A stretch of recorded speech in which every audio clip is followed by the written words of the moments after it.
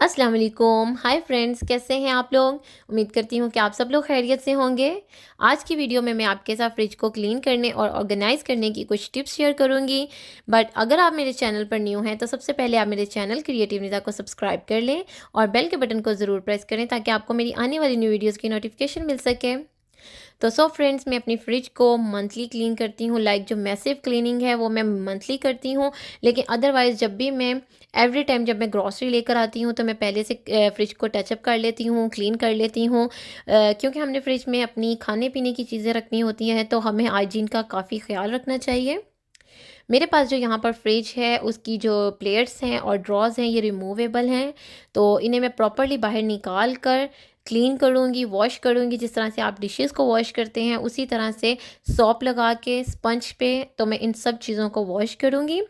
उसके बाद हम इसके अंदर वाली साइड को क्लीन करेंगे और हम चीज़ों को कैसे ऑर्गेनाइज़ करेंगे वो आप इस वीडियो में देखेंगे। आई होप कि आप इस वीडियो को एंजॉय करें। अगर आपको ये वीडियो पसंद आए और आपके लिए कुछ टिप्स वर्क करें तो प्लीज़ आप इस वीडियो को लाइक ज़रूर करिएगा और अपनी फैमिली और फ्रेंड्स के साथ शेयर भी कर दिया करें।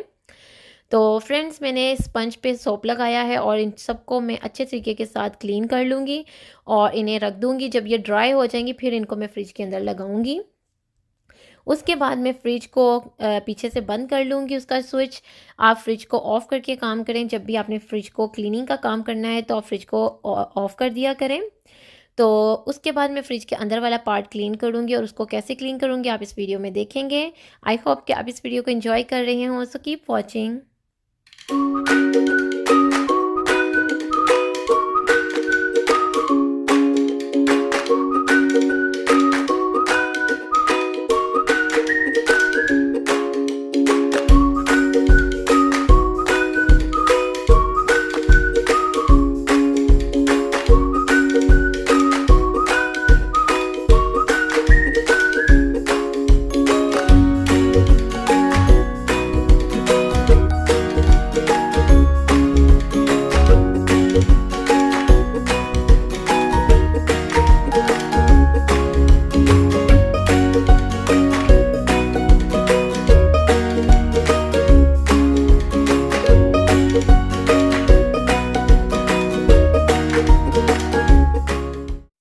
फ्रेंड्स, मेरे पास जो ये विनीगर है ये ऑल पर्पस क्लीनिंग विनीगर है।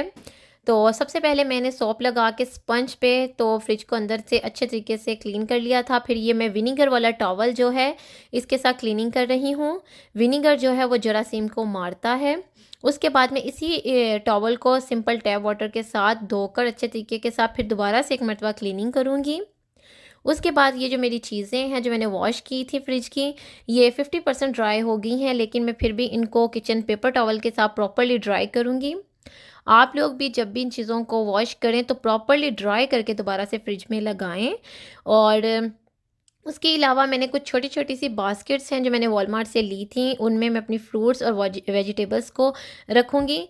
आप लोगों के लिए टिप है फ्रेंड्स कि जब आप लोग अपनी ग्रॉसरी लेकर आएँ तो आप उनको डायरेक्टली बैग्स के साथ फ्रिज में ना रखें।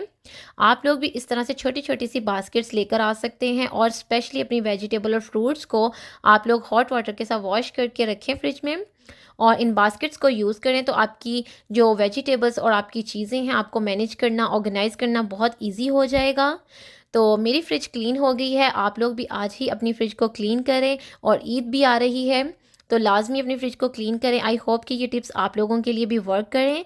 अगर आपको मेरी वीडियो पसंद आई हो तो ज़रूर लाइक करें, अपनी फैमिली और फ्रेंड्स के साथ शेयर करें।